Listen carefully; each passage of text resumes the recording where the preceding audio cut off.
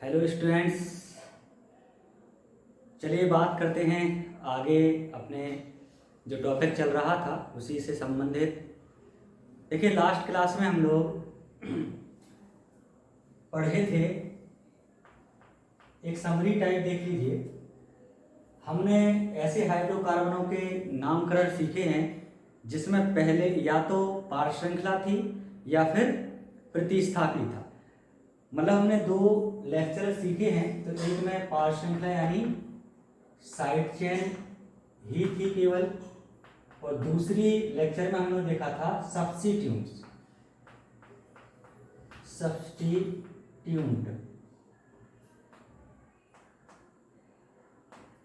यानी या तो प्रतिस्थापी था या फिर पार श्रृंखला थी। ऐसे नामकरण हम लोगों ने सीखे थे। अब हम लोग ऐसे नामकरण सीखने जा रहे हैं जिसमें पार श्रृंखला भी होगी और सब्स्टिट्यूट भी होगा।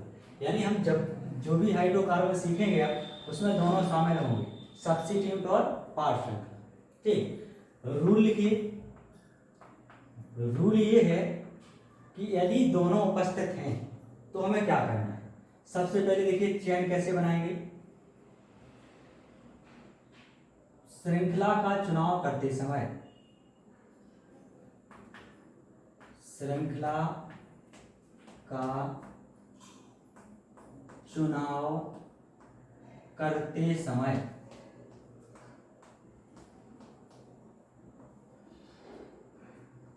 उस कार्बन को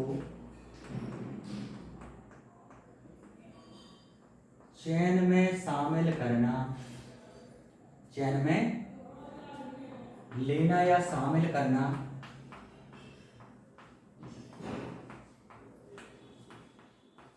आवश्यक है।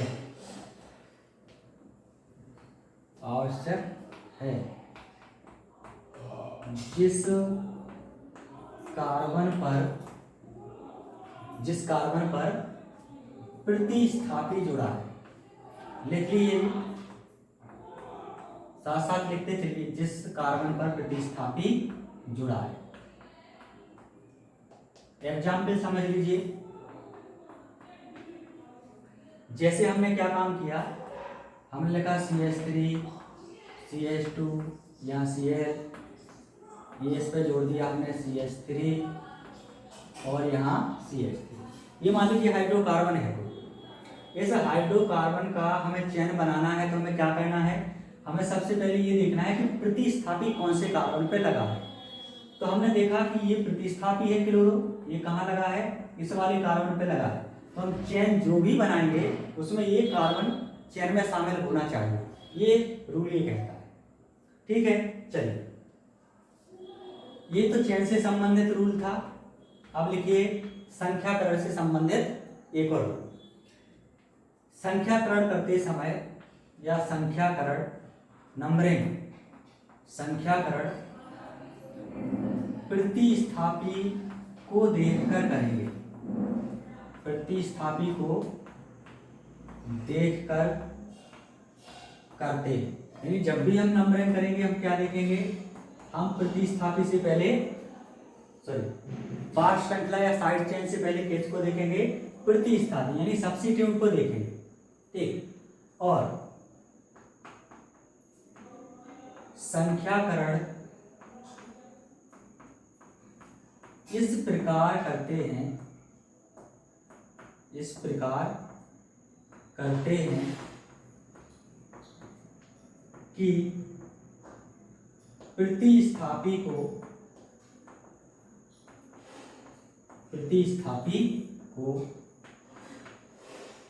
कम से कम अंक प्राप्त हो,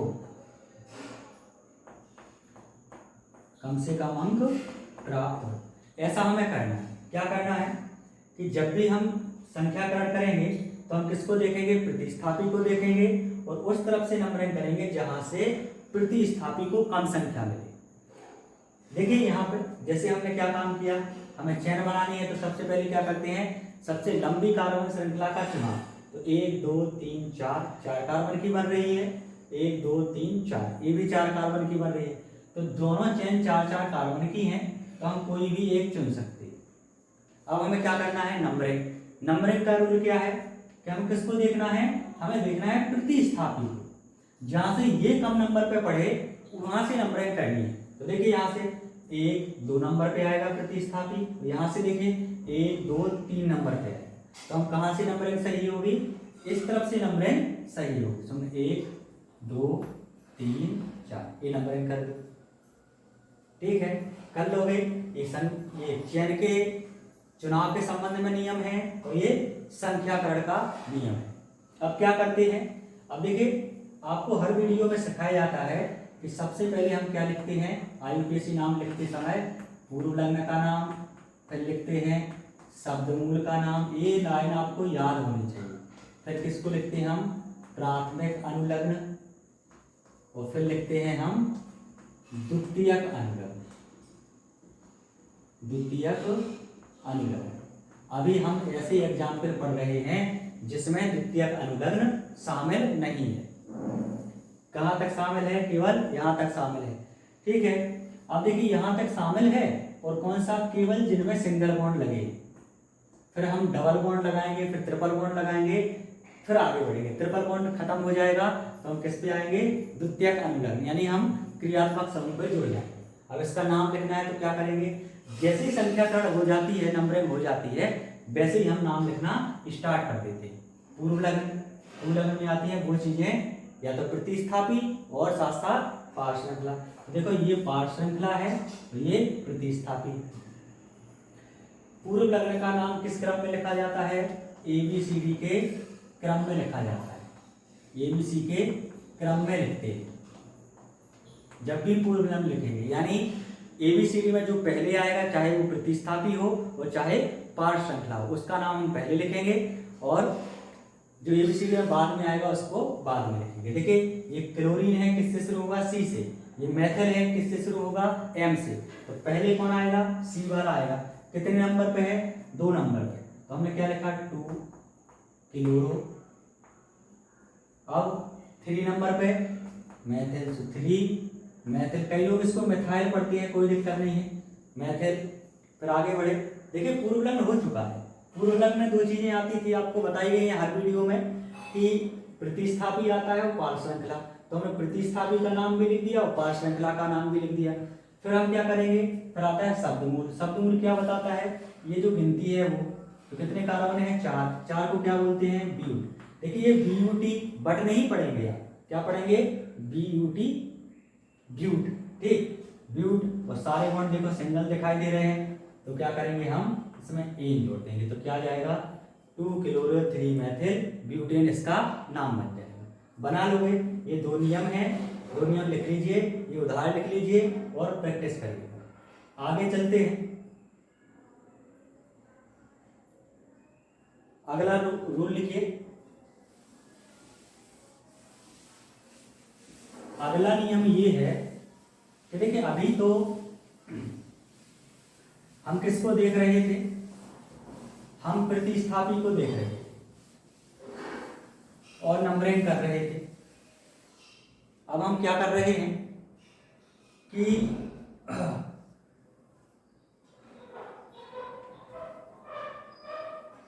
हम एक से ज्यादा प्रतिस्थापी जोड़े थे।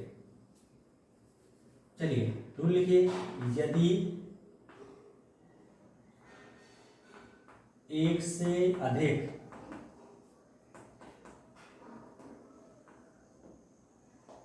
प्रतिस्थापी उपस्थित हों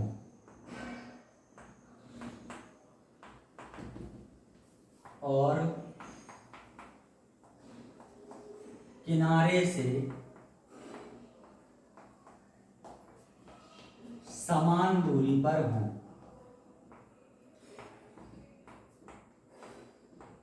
तब, चाहे आप ऐसा लिख लीजिए, यह एक छोटा सा रूल।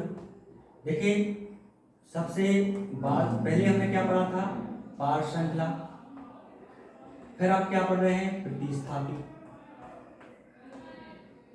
तो हम क्या करेंगे, हम संख्याकरण करते समय इस क्रम को याद रखेंगे, यानी पहले आपको प्रतिस्थापी देखना है अगर प्रतिस्थापी से डिसाइड ना हो पाए कि संख्याकरण कहां से करना है, तो हम किसको देखेंगे, पार्श्व श्रृंखला को, यानी साइड चेन को देखेंगे, जैसे हम इस उदाहरण में देखते हैं। तो पार्श्व श्रृंखला को देखकर, पार्श्व श्रृंखला को देखकर संख्याकरण यानी नंबरिंग करते, पार्श्व श्रृंखला को देखकर संख्याकरण करते।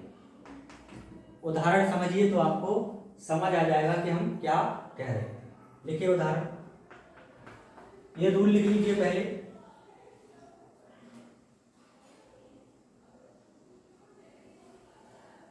लिख लिया, चलिए एग्जाम्पल समझते हैं। जैसे हमने लिखा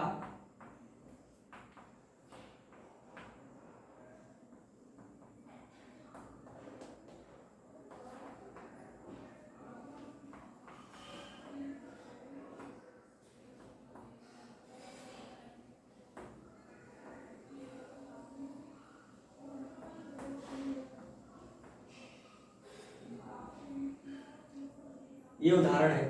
सबसे पहला काम क्या है, चेन बनाना। चेन बनाने का नियम क्या कहता है, जिस कार्बन पे प्रतिस्थापी लगे हैं उसको चेन में शामिल करना जरूरी है, कंपलसरी शर्त है। तो देखिए अब हमारी मजबूरी है कि हम यही वाली चेन बनाएं, ये चेन बनाएं, क्योंकि इसको शामिल करना जरूरी है, इसको। अब चेन छोटी बने चाहे बड़ी, इससे कोई लेना देना नहीं है।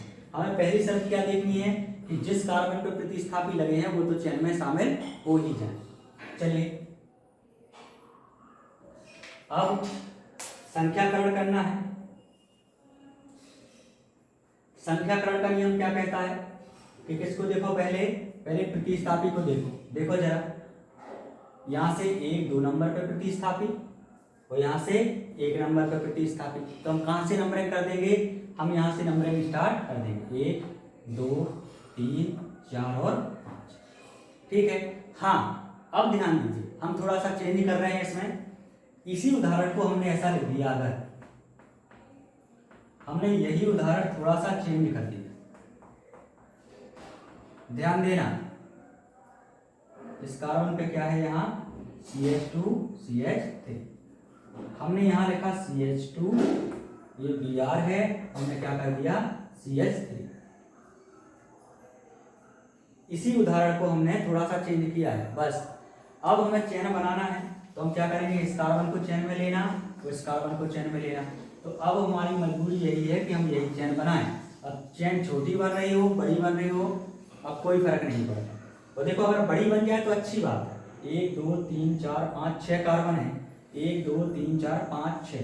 देखो ये भी 6 कार्बन की बन रही थी, 1 2 3 4 5 6,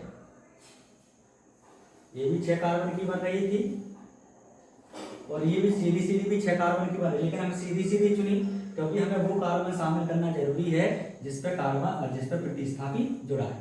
अब संख्याकरण करो, नंबरिंग। तो यहाँ से हमने किया 1 2 नंबर पर प्रतिस्थापी, यहाँ से 1 2 नंबर पर प्रतिस्थापी। अब फंस गए, हम यहाँ से करें कि यहाँ से करें। हाँ अब आपको एक नियम बताया गया था, उस नियम में आपको ये बताया गया था कि अगर एक से ज्यादा प्रतिस्थापी हो और अलग अलग हो और किनारे से समान दूरी पे आते हो तो आपको ABCD के क्रम लगा देना है नंबरिंग करते समय। लेकिन इसमें अभी प्रतिस्थापी है, सॉरी पार्श्व श्रृंखला है, केवल जब प्रतिस्थापी ही होता तब हम वो नियम लगाते, वो क्रम का प्रयोग करते ABCD वाला। यहाँ नहीं करना है, गलत हो जाएगा। अब क्या देखेंगे, प्रतिस्थापी से नंबरिंग नहीं कर पाए तो किसको देखेंगे, फिर पार्श्व श्रृंखला। देखो जरा, एक तो ये है पार्श्व श्रृंखला और एक ये वाली पार्श्व श्रृंखला है, ठीक है, नीचे वाली। देखो दिखाई नहीं दे रहा है, तो ये हमने देखो नीचे का जो उदाहरण है, तो नीचे का उदाहरण केवल यही लिखा है जो हमने ऊपर वाला लिखा है। केवल यहाँ क्या जोड़ दिया, यहाँ आएगा 1 कार्बन, यहाँ केवल क्या जोड़ दिया है, 1 CH3 बढ़ा दिया। अब हम क्या करेंगे, हम ये कह रहे थे कि नंबरिंग तो हम यहाँ से करेंगे तो पार्श्व प्रतिस्थापी को 2 नंबर, यहाँ से करेंगे तब भी 2 नंबर मिलेगा। तो हम किसको देखेंगे, अगर पार्श्व प्रतिस्थापी से काम नहीं चल पाया तो हम किसको देखने लगेंगे, पार्श्व श्रृंखला को। देखिए जरा पार्श्व श्रृंखला, एक ये है पार्श्व श्रृंखला और एक ये है पार्श्व श्रृंखला।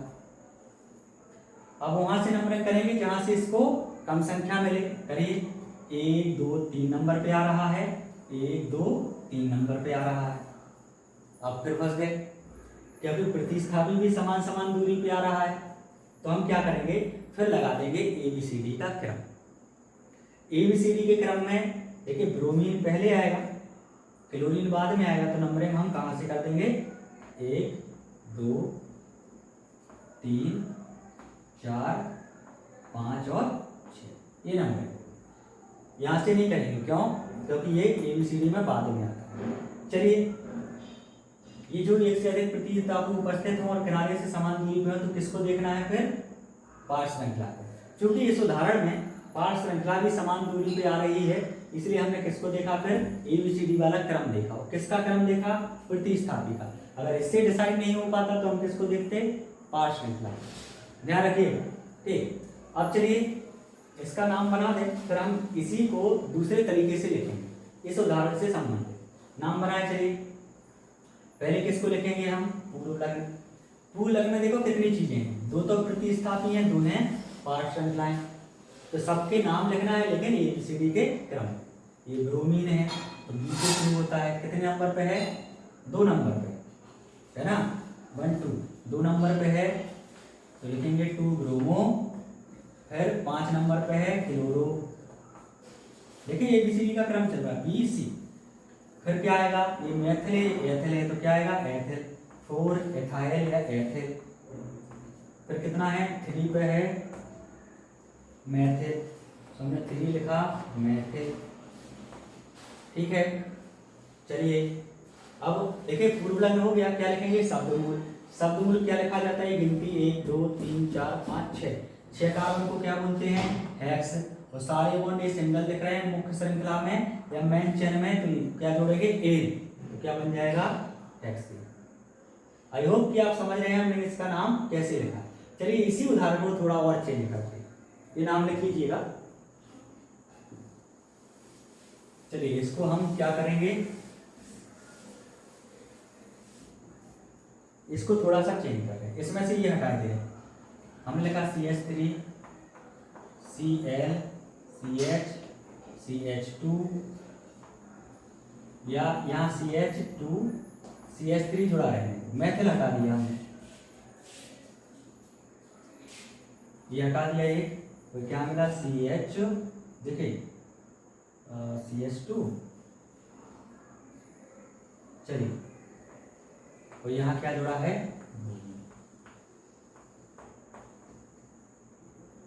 ऐसा उदाहरण है 1 2 3 4 5 6 7 कार्बन हो गए। चलिए कोई दिक्कत नहीं है, 7 कार्बन लिखा रहने दीजिए। अब क्या करेंगे हम, सबसे पहले तो चेन बनाना भैया। अब तो तुम लोग सीख गए होंगे कि उस कार्बन को चेन में लेना जरूरी है जो प्रतिस्थापी को लिए है या प्रतिस्थापी जिस पे जुड़े हैं, तो चेन बना दो भैया, ये बन गई चेन। चेन बनाने के बाद नंबरिंग करना होता है। नंबरिंग किसको देखेंगे, प्रतिस्थापी, क्योंकि प्रतिस्थापी ऊपर लिखा है, तो यहाँ से 1 नंबर 2 नंबर पे प्रतिस्थापी, 1 2 नंबर पे प्रतिस्थापी, यहाँ से 1 2 नंबर पे प्रतिस्थापी। अरे ये तो फंस गए अच्छी तरीके से, यहाँ से भी 2 नंबर पे, यहाँ से भी 2 नंबर पे। अब क्या करें, तो अब ABCD का क्रम नहीं लगाएंगे, क्यों, क्योंकि अभी पार्श्व श्रृंखला है। अगर पार्श्व श्रृंखला नहीं होती तो हम किसका क्रम लगा देते, ABCD, यानी ABCD में जो पहले आता उसको कम नंबर देते हो, जो ज्यादा बाद में आता उसको ज्यादा नंबर। अभी किसको देखेंगे, प्रतिस्थापी के बाद पार्श्व श्रृंखला। देखिए ये है पार्श्व श्रृंखला, इसको देख करके नंबरिंग करेंगे, यहाँ से 1 2 3 4 नंबर पे, यहाँ से 1 2 3 4 नंबर पे। अब देखिए दोनों तरफ से क्या हो गया, 4 नंबर पे। तो अब क्या करेंगे हम, अब लगाएंगे ABCD का क्रम। तो देखिए ये ब्रोमीन है B से शुरू, ये क्लोरीन है C से शुरू। कहाँ से नंबरिंग करेंगे, यहाँ से, क्योंकि ABCD में ये पहले आएगा। तो 1 2 3 4 5 6 7 कर लोगे नंबरिंग। आप इसका नाम लिखिए, नहीं आएगा तो आप कमेंट करके इसका नाम पूछ लीजिएगा। इजी है, अगर आप रूल समझ गए हैं तो आप कर सकते हो। आगे बढ़े, थोड़ा और घुमाए इसी एग्जाम्पल को। यहाँ हमने जोड़ दिया, चलिए नाइट्रो लगा देते हैं, बार बार प्रतिस्थापी चेंज कर रहे हैं तो हम ये नाइट्रो करते हैं। हमने क्या काम किया, हमने लिखा CH2 CH3। अरे देखो यहाँ पे एक कार्बन छूट गया है, 2 आएंगे CH, इस पे क्या जोड़ दिया हमने, आयोडीन। अब करते सबसे पहला काम वही भैया, चेन बनाना। तो ये चेन बना दी हमने। संख्याकरण नंबरिंग करेंगे, कहाँ से करेंगे, तो प्रतिस्थापी देखना पड़ता है। ये प्रतिस्थापी है, ये भी प्रतिस्थापी है। सब्स्टिट्यूट, यहाँ से 1 2 नंबर पे आ रहे हैं भाई साहब, यहाँ से 1 2 नंबर पे आ रहे हैं। अब क्या करें, तो दिक्कत हो गई, तो हम किसको देखने लगेंगे अब, इस पार्श्व श्रृंखला को। जहाँ से एक कम पे पड़ जाए वहीं से नंबर कर देंगे। यहाँ से 1 2 3 4 नंबर पर, यहाँ से 1 2 3 नंबर पर। समझ गए कहाँ से करनी है, यहाँ से 1 2 3 4 5 6।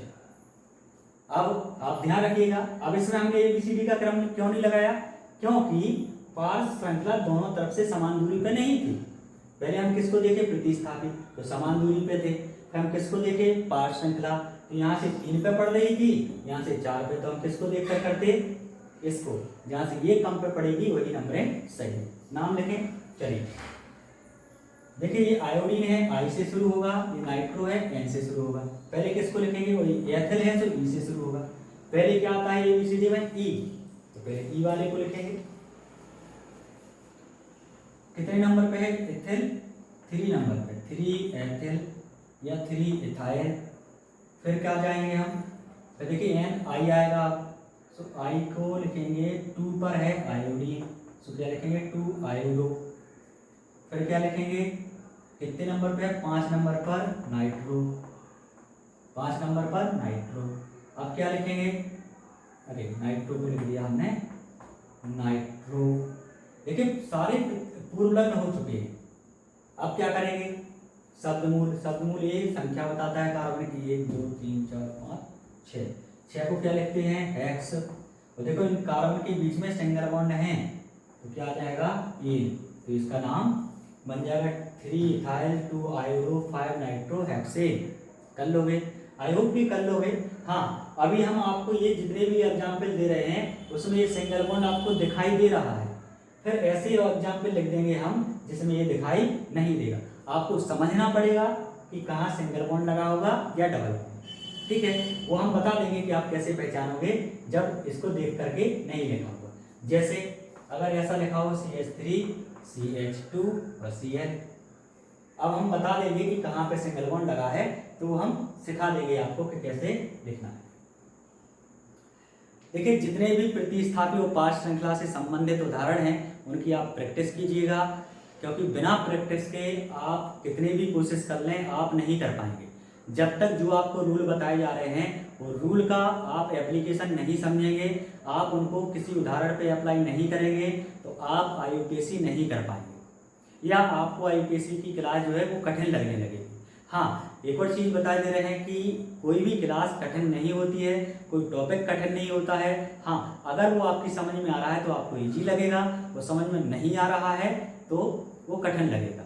अब ऐसा है नहीं है कि आपकी समझ में बिल्कुल ना आए। अगर आप कंटिन्यू करते हैं, कंटिन्यूटी बनाए रखते हैं, बराबर लेक्चर देखते हैं, बराबर प्रैक्टिस करते हैं, तो आपको समझ में आएगा।